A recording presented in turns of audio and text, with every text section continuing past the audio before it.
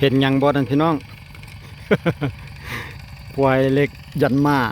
คูโบตาเล็กพี่น้องกันยังมีบ่เดี๋ยวเราไปเบิ่งพอต้นนี้เราอันนั่นก่อนเราขาดนาวานเข่าเดี๋ยวเราติดขาดมาพี่น้องเอ้ยเดี๋ยวไปติดตามเบิ่งกันสมมือนี้ก็ยังมีผู้นำใส่อยู่พี่น้องสำหรับ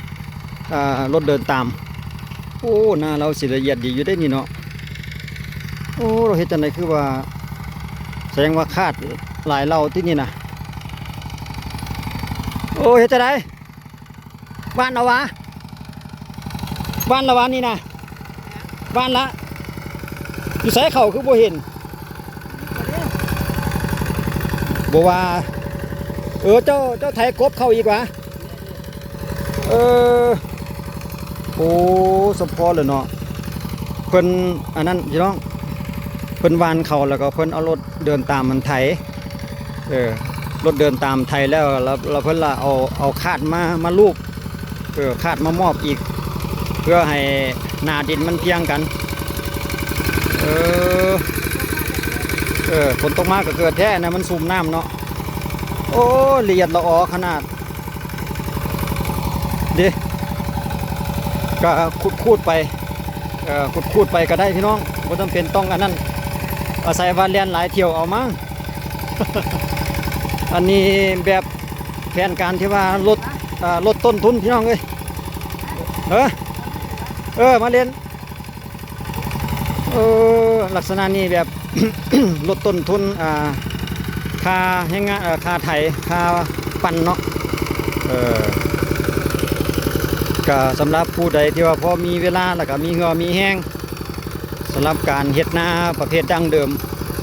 ก็สมัยตะกี้ตะกอนก็มีแต่รุ่นนี้แหละพี่น้องอยู่ทางอีสานบ้านเฮาก็มีแต่แบบนี้แหละเนาะเฮ็ดนาหวานเข้าก็ใส่ตะรถตอบเดินตามนี่แหละประเภทคูโบต้าอีหยังฮันฟอร์ดพวกนั้นบ่มีสมัย20-30 ปีผ่านมาก็มีแต่นี่แหละพี่น้องแต่ว่าสบัดอยู่ทางสปป.ลาวก็ยังมีอยู่พี่น้องผู้นำใส่แบบดั้งเดิมคือรถเดินตามต้องผู้ที่ว่ามีเหือแห้งจังสามารถเฮ็ดได้อันผู้บ่มีเวลาบ่มีแห้งนี่เฮ็ดบ่ได้เลยโอ้ถือว่าเราก็แข็งแห้งพอตู้นี่นาเราก็โอ้หลายอยู่เด้ตามข้อมูลที่เราเคยหูเมื่อก่อนนาเราจุดนี้มีอยู่3 ไร่สำหรับตัวที่เราวานอยู่นี่เนาะที่มีอยู่แต่3 ไร่หนึ่งได้ถือว่าแข็งแห้งเอาบรรยากาศการขาดหน้าปานเข่าของเพิ่นเอาบรรยากาศดั้งเดิมมาสู้กันเบิ่งพี่น้องหญ้าเราก็ดึงไปพร้อมได้เด้อนี่บ่แม่น บ่แม่นธรรมดาเด้อนี่เห็นหญ้าเห็นคาเราก็ก้มดึงขึ้นไปน้ำเพื่อให้มันแห้งให้มันเหี่ยวเนาะละเอียดแท้ตัวนี้นะรถเราก็เป็นคิดว่าน่าจะเป็นบิ๊กจิ๋ว88อะไรนี่พี่น้องโค้ง3 เกียร์ใส่กับรถคูโบต้าเก่าแห้งเครื่องสำหรับรถไถนาของเราเนาะรุ่นเดินตามเอาเดี๋ยวเราก็วนกลับมาซะเลยไก่สีเหลียวให้นี่แหละเด้นี่อยู่ในช่วงระหว่างเดือน5 ปี 2025พี่น้องการเฮ็ดนาหวาน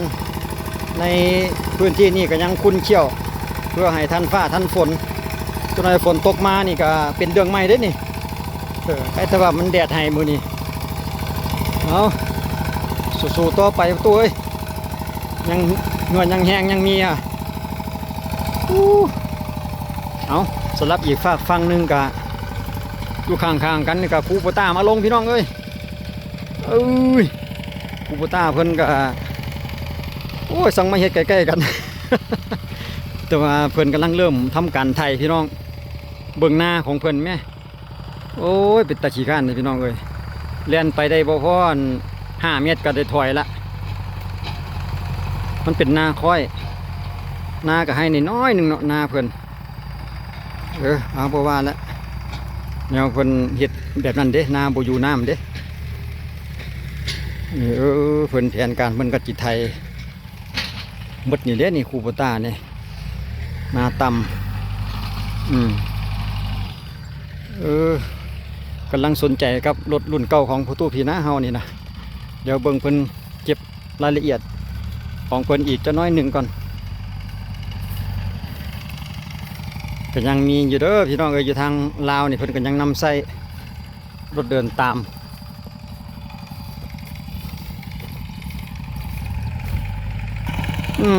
ยังบ่เลี้ยวได้พี่น้องเพิ่นยังแล่นรอบข้างอีกเฮาคิดว่าแต่เพิ่นสิเลี้ยวในจุดนั้นแหละเพิ่นยังมาแล่นซ้อน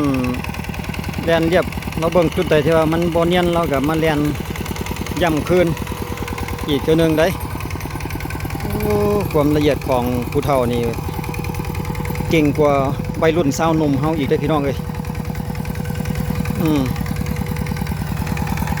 เดี๋ยวเฮาย่างนำเบิ่งเพิ่นอีกแป๊บนึงก่อน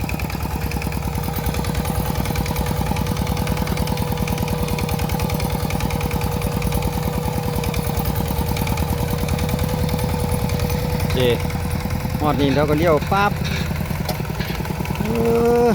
ลอยลายมันสิวนไปทางใดอีกเนาะบัดนี้เนาะสงสัยจะวนอีกหอบหนึ่งเลยมั้งตัวทางนาเลยมั้งเอาสิเลี้ยวแล้วบัดนี้พี่น้องเลย คิดว่าแต่สิบ่ฮู้จักแล้วที่ซั่นดอกถามมาให้นี่เบิ่งดูให้นี่เฮาสังเกตเบิ่งรู้สึกว่าบ่ทันได้วานเข้าบ่ทันได้วานเขาแล้วเขานำไปเบิ่งก่อนว่าเพิ่นจะไปเฮ็ดอันใดอีกพูนรถไอ้มอกเราอยู่เทิงคันคูแคมคลองน้ำพุ่นเนาะตัวนี้ก็แม่นว่าซั่นเด้ตัวนี้ก็หน้าเราคือกันแต่ว่าเราบ่ทันได้วานเขาแสดงว่าเราต้องได้วานเขาแล้วก็เอาไถมาลงอีกก่อนแล้วจังค่อยคาดกบคิดว่าน่าจะเป็นนั่นแบบนั้นเนาะจอดเฮ็ดจังไดบัดนี้ต้องได้เอาไถมาใส่หวะความหมายว่าคือจีวานเขาก้อนแล้วไถกบหวะ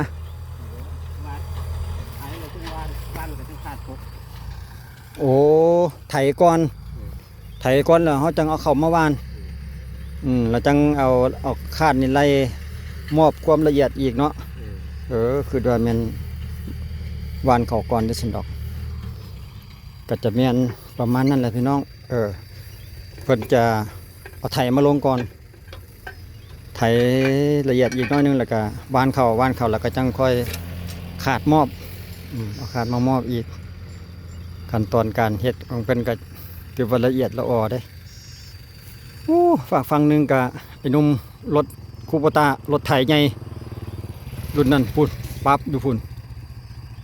อยู่ข้างๆกันกำลังไถสำหรับเจ้านั่นเนาะสำหรับของประตูนี่เพิ่นก็วานเป็นที่เรียบร้อยดีมาเบิ่งอุปกรณ์การปุ้นของเรา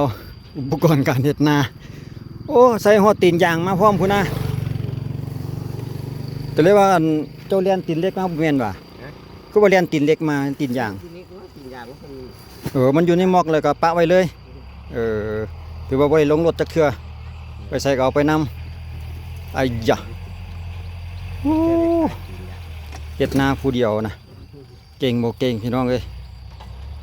เด้เพิ่นก็สิโจมไทยหันลงไปใส่อันรถไถซะได้ซะนะพูดรถไถเพิ่นก็จอดให้พุ่นเด้รถเดินตามเพิ่นก็สิโจมไทยไปกับลักษณะนี้เนาะวิธีการเฮ็ดนาของเพิ่นอุปกรณ์ทุกอย่างเป็นข้าวเป็นน้ำเฮ็ดนาผู้เดียวเก่งแท้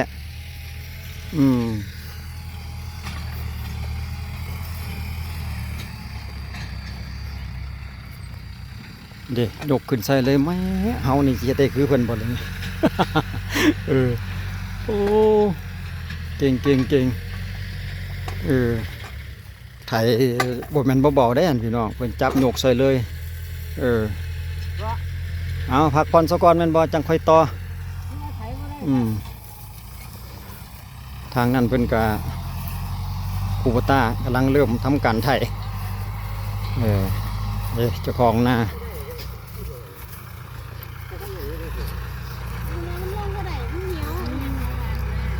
สิอันนั้นเลยวะสิหวานเลยวะนาเจ้าหัน ขายแล้วก็ชื่อว่านั่นน่ะ มื้อนี้นะ บ่เออ